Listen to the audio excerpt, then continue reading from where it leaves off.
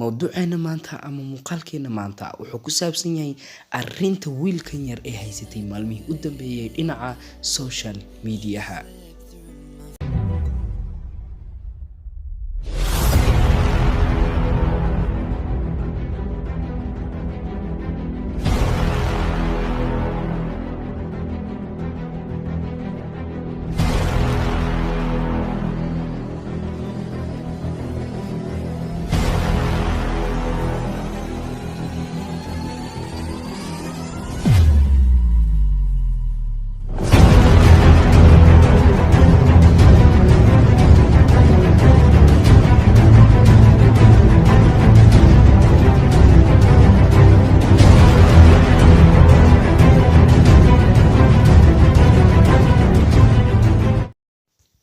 arrinta wiilkan yar ayaa ahayd arrin maalmihii u dambeeyay haysatay social media, sidoo kalena ay ka hadleen dad caan ka ah dunida.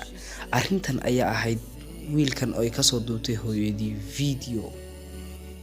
videogaas oo ahaa wiilkan yar oo ooyay oo mar dilacsan iyo hooyadii oo ka dul hadlaysa videoga oo iyadna ooyaysa.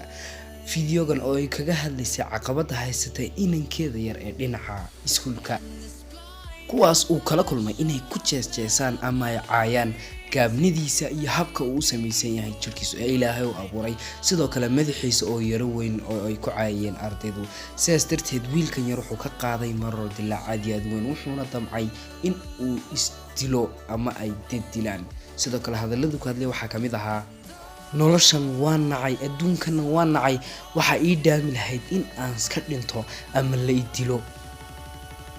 markii hooyadii muuqaalkan ka duubtay waxay soo gelisay social media, waxaana daawadad gaaraya milyano, wuxuuna ku faafay dhammaan baraha bulshada oo wuxuu gaaray dad dunida ka caana oo kasoo hadlay videoga la yaabka lahaa. waxaana kamid ah dadka caanka ah ee kasoo hadlay videogan Eric Trump, madaxweynaha Donald Trump, wiilkiisa loo yaqaan Eric Trump waana ganacsade.